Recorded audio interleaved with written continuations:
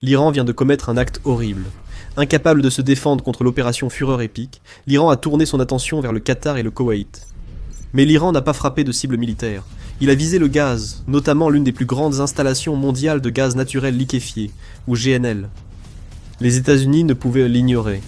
Leur réaction, immédiate et brutale, a rappelé qu'ils peuvent causer encore plus de tort à l'Iran à tout moment. Commençons par le Qatar. Le 18 mars, l'Iran a réussi à lancer des missiles balistiques sur le pays, qui est actuellement le deuxième plus grand exportateur de GNL au monde, tout en étant un important fournisseur pour l'Asie. Le ministère de la Défense du Qatar a fourni les détails de base dans un communiqué où il a déclaré « Le ministère de la Défense du Qatar annonce que l'État du Qatar a été soumis aujourd'hui, mercredi, à une attaque impliquant 5 missiles balistiques lancés depuis la République islamique d'Iran. Nos forces armées, par la grâce de Dieu, ont réussi à intercepter 4 des missiles balistiques, tandis qu'un missile est tombé dans la ville industrielle de Ras Laffan, provoquant un incendie. Ce n'est pas la première fois que l'Iran cible Ras Laffan. Le 3 mars, l'Iran a tiré un coup de semonce en frappant l'usine avec l'un de ses drones Shahid. Même si l'attaque n'a pas causé de gros dégâts, le Qatar a suspendu la production de l'usine, qui fournit environ un cinquième du GNL mondial. Cependant, la frappe du 18 mars était différente. Qatar Energy, qui exploite Ras Laffan, a confirmé que la dernière attaque de l'Iran a causé d'importants dégâts à l'installation. Ras Laffan pourrait mettre des années à retrouver sa pleine capacité et l'impact se fait déjà sentir.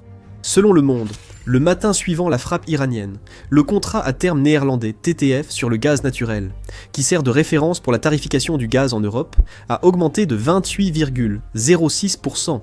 Pour atteindre 70 €, soit un peu plus de 81 $, après avoir déjà connu une flambée de 35% à l'ouverture du marché. Tout cela fait partie du plan iranien. L'Iran cherche à faire pression sur les États-Unis en augmentant les prix du gaz et du pétrole. Les États-Unis ne restent pas passifs et rappellent à l'Iran, par leur vengeance brutale, qu'ils peuvent anéantir l'économie du régime bien plus vite que l'Iran n'affecte le monde. Restez avec nous, nous parlerons bientôt de cette vengeance. Quant à l'Iran, ce n'était pas fini avec Ras Laffan. Après avoir attaqué une usine de GNL qatari, l'Iran a mené une attaque de 2 jours contre la plus grande raffinerie de pétrole du Koweït, Mina al-Ahmadi. Al Jazeera rapporte que les drones iraniens provoquent des incendies dans plusieurs unités de la raffinerie, qui, selon elle, traitent 730 000 barils de pétrole par jour pour les transformer en produits utilisables comme l'essence et le diesel.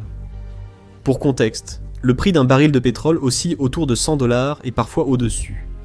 L'Iran a tenté de mettre définitivement hors service une installation traitant environ 73 millions de dollars de pétrole brut par jour. L'Iran a échoué. Bien qu'il ait stoppé certaines unités, il n'a pas mis toute la raffinerie hors service. Son régime n'a causé aucune victime, ce qui permet au Koweït d'éviter des pertes civiles et de conserver les experts nécessaires au fonctionnement de la raffinerie touchée. C'est tout de même une escalade de l'Iran, qui montre qu'il n'hésite pas à cibler des entreprises civiles dans sa guerre contre les États-Unis. Incapable de défendre sa propre infrastructure militaire, l'Iran confirme plutôt sa réputation de tyran du Moyen-Orient. Nous expliquerons bientôt pourquoi cela est important. Il faut d'abord noter que les attaques de l'Iran n'étaient pas totalement non provoquées. C'était une réponse immédiate, après qu'Israël a frappé un champ gazier iranien, en riposte à une attaque précédente de l'Iran contre un champ gazier du Moyen-Orient.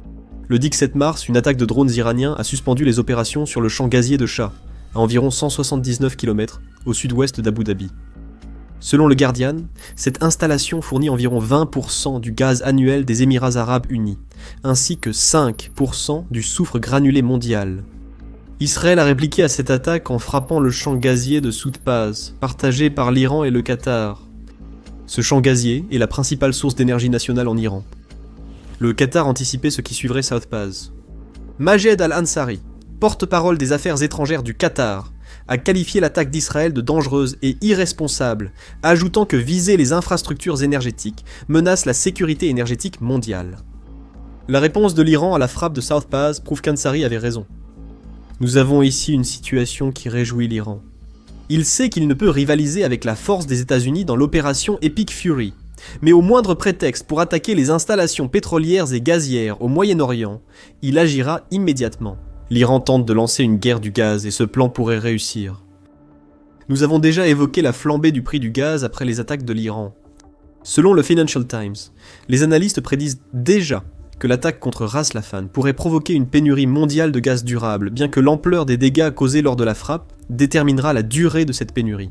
L'analyste financier du secteur de l'énergie de MST, Sol Kovanic, indique aux médias « Même après la guerre, l'impact sur l'approvisionnement pourrait durer des mois ou des années, le temps des réparations. » La chaîne ABC News souligne un autre problème via la citation d'un Australien anonyme travaillant au Moyen-Orient. Bien que cette personne ne soit pas certaine de l'ampleur des dégâts à Ras Laffan, elle a précisé « Ce sont des installations très complexes, refroidies au propane, arrêtées en urgence et non selon une procédure prévue. Cela reste préjudiciable. » Bien que les installations n'aient pas été directement touchées par les missiles iraniens, la plupart des grands producteurs de pétrole et de gaz du Golfe ont dû réduire leur production selon le Financial Times. Ces réductions empireront si l'Iran continue de cibler les infrastructures énergétiques au Moyen-Orient.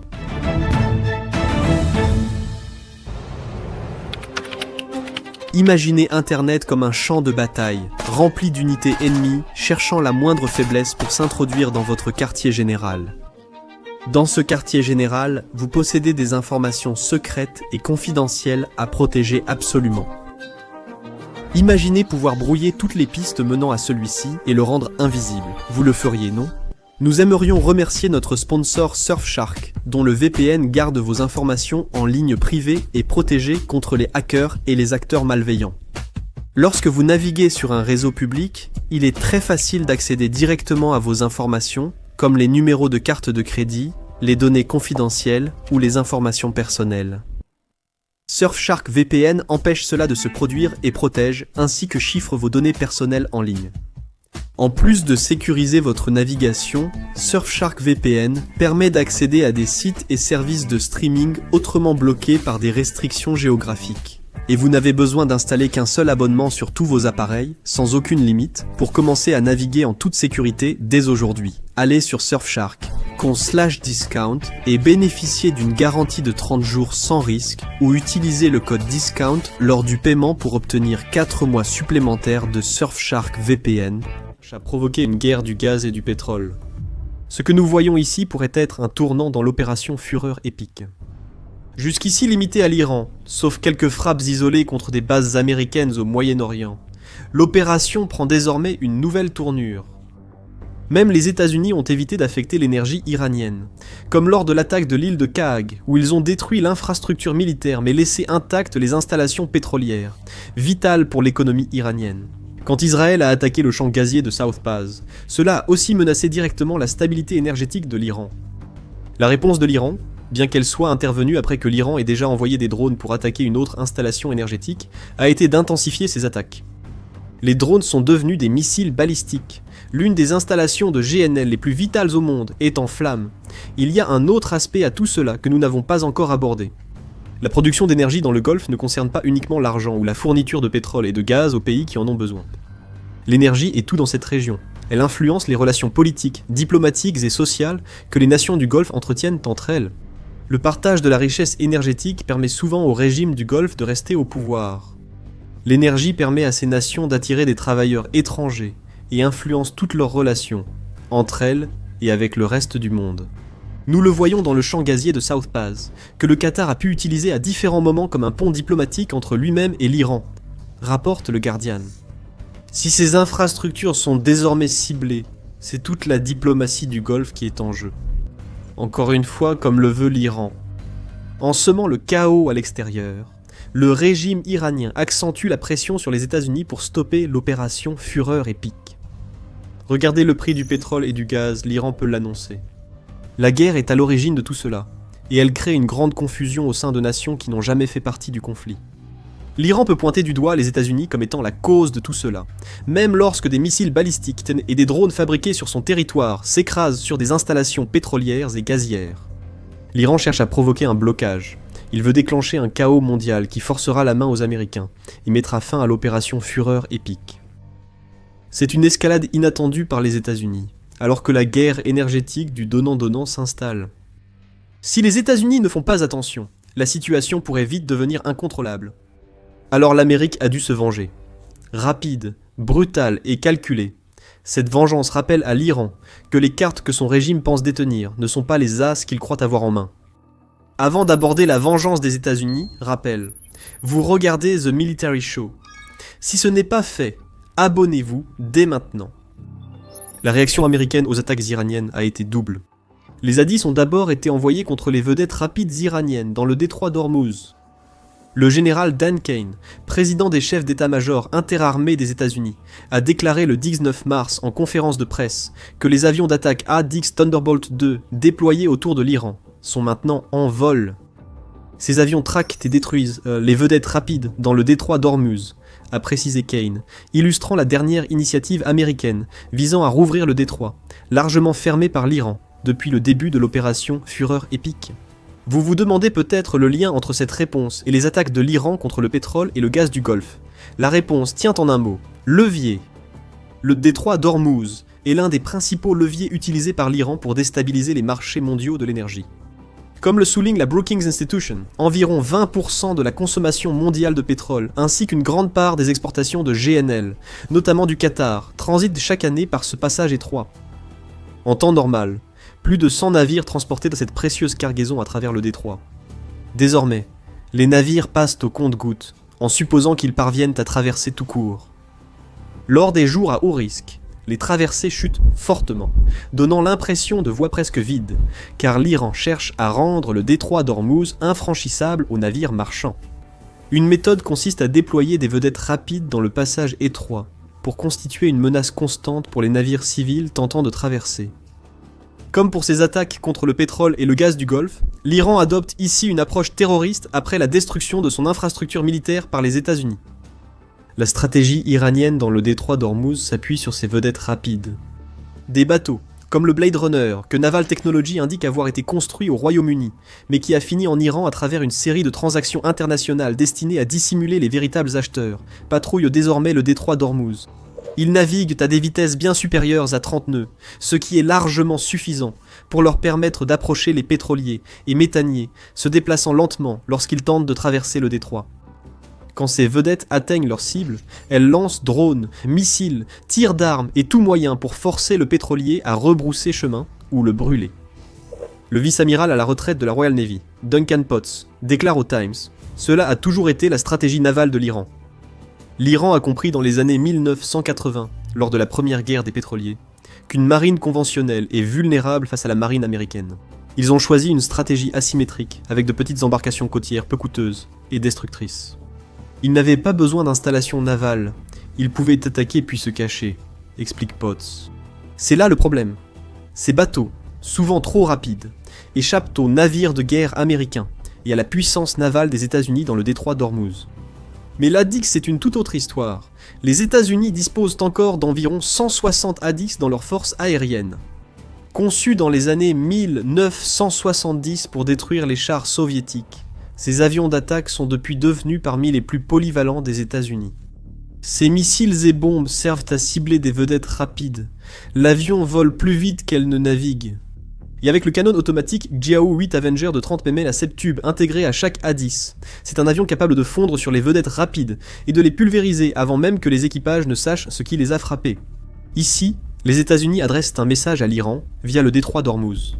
Ils déploient les A10 pour empêcher l'Iran de contrôler le détroit, privant ainsi Téhéran de son levier de pression sur le Golfe et le monde. La situation s'aggrave pour l'Iran, car d'autres que les A10 compromettent aussi sa stratégie pour le détroit d'Ormuz. Les États-Unis ont lancé une nouvelle série de bombes anti-bunker de 2270 kg ciblant les sites de missiles et vedettes rapides le long du détroit d'Ormuz.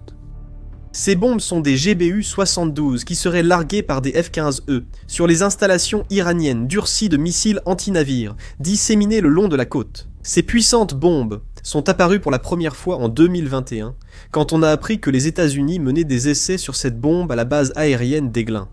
Elles peuvent être installées sur des F-15E, comme on le voit actuellement en Iran, ainsi que sur des bombardiers B-1B lanceurs, dont on sait qu'ils ont été déployés en Iran et qu'ils utilisent actuellement la base de la RAF de Fairford au Royaume-Uni comme base d'opération. Guidées, grâce à une combinaison de GPS et de navigation inertielle, ces bombes anti-bunker sont équipées de kits KMU 572 JDAM, ce qui permet aux États-Unis de les lancer à distance tout en atteignant leur cible. L'énorme énergie cinétique générée par ces bombes lorsqu'elles plongent vers leur cible combinée à leur conception leur permet de traverser le béton et la terre. Et une fois que la GBU-72 a pénétré, Elle explose, détruisant tout sur son passage. Ces frappes visent à relâcher la pression sur le détroit d'Ormuz, privant l'Iran du levier évoqué plus tôt. Les États-Unis visent aussi les sites de lancement de missiles avec leurs nouvelles bombes anti-bunker. L'Iran pourrait utiliser ces sites pour attaquer des pays comme le Qatar et le Koweït. C'est une vengeance bien plus brutale. Détruire les vedettes rapides avec des Hadix est une chose, mais lancer des GBU-72 sur les sites de missiles côtiers iraniens adresse un message clair à l'Iran après ses frappes contre les infrastructures énergétiques. Vous les avez peut-être frappés, dit les États-Unis, mais nous veillerons à ce que cela ne se reproduise plus. Et pour aggraver les choses pour l'Iran, il se pourrait qu'il y ait encore bien plus à venir. Nous en parlerons bientôt, alors restez jusqu'à la fin de la vidéo. Mais d'abord, les États-Unis ont affirmé que leur vengeance pour le Qatar et le Koweït continuera tant que le régime iranien n'aura pas cédé. L'amiral Brad Cooper, chef du commandement central des États-Unis, a affirmé après le déploiement des bombes anti-bunker: « Nous restons concentrés sur l'élimination de la menace iranienne vieille de plusieurs décennies pour la libre circulation du commerce dans le détroit d'Ormuz. » Le président américain Donald Trump a été encore plus direct dans ses menaces contre l'Iran. Le 22 mars, Al Jazeera a rapporté que Trump avait averti que les États-Unis viseraient les centrales électriques iraniennes si la liberté de navigation dans le détroit d'Ormuz n'était pas rétablie sous 48 heures. Les États-Unis ont déjà durement frappé l'Iran en réponse à ses actions au Qatar et au Koweït. Si l'on en croit Trump, les États-Unis prévoient de frapper encore plus fort contre les infrastructures énergétiques clés à l'intérieur de l'Iran si le régime n'ouvre pas le détroit d'Ormuz d'ici le 24 mars. Alors que ces menaces fusent, des Hadiths patrouillent le détroit. Des bombes anti-bunker frappent les sites de lancement de missiles iraniens. Et selon ABC News, les navires poseurs de mines iraniens sont aussi détruits. Kane affirme que 44 de ces types de navires ont été éliminés de l'équation au 19 mars, ce qui constitue un nouveau coup porté à l'objectif de l'Iran, d'utiliser le détroit d'Ormuz comme levier pour permettre ses attaques plus loin, dans la région du Golfe. Les États-Unis augmentent aussi leurs frappes contre les centres de commandement iraniens contrôlés par le corps des gardiens de la révolution islamique. Plus ces structures seront détruites, plus il sera difficile pour l'Iran de coordonner des frappes comme celles qu'il a menées contre Ras Laffan à l'avenir. Enfin, il y a l'île de Kharg. Nous avons déjà mentionné que les États-Unis s'étaient abstenus de détruire ces infrastructures pétrolières. Après les frappes de l'Iran contre le Qatar et le Koweït, cela pourrait changer et porter un coup fatal à l'Iran. Au-delà de son rôle de poste militaire, l'île de Kharg est essentiellement un immense terminal pétrolier qui, selon The Independent, abrite plus de 90% des exportations de pétrole de l'Iran. Avec seulement 7,7 miles carrés, l'île est également extrêmement vulnérable aux frappes aériennes américaines, qui pourraient raser ses infrastructures pétrolières. Les États-Unis hésitent à frapper Kharg à nouveau pour préserver ses infrastructures pétrolières. Mais envoyer des troupes pour prendre l'île, c'est une toute autre perspective, et cela permettrait aux États-Unis de prendre le contrôle de la seule chose qui soutient l'économie iranienne. The Independent indique que des plans pour cette prise sont déjà discutés par les responsables de l'administration. Si cela arrive, l'économie iranienne pourrait s'effondrer. Si l'Iran cherche à faire monter les prix du pétrole et du gaz, les États-Unis pourraient empêcher la vente de son pétrole. Ensuite, ils miseraient sur la patience. L'Iran pourrait attaquer à nouveau les États du Golfe, mais en sachant que son temps est compté, car l'argent entrant diminue peu à peu. Peut-être que vous ne pensez pas que les États-Unis enverraient des troupes à Kharg, et vous avez peut-être raison. Mais si c'est le cas, alors vous devez vous demander pourquoi les États-Unis envoient plus de 2000 de leurs Marines en Iran à l'heure actuelle. Pour en savoir plus sur cette unité et ses actions possibles en Iran, regardez notre vidéo. Et si vous avez apprécié cette vidéo, assurez-vous de vous abonner à The Military Show pour ne rien manquer de notre couverture de l'opération Epic Fury. Et merci, comme toujours, de nous avoir regardés.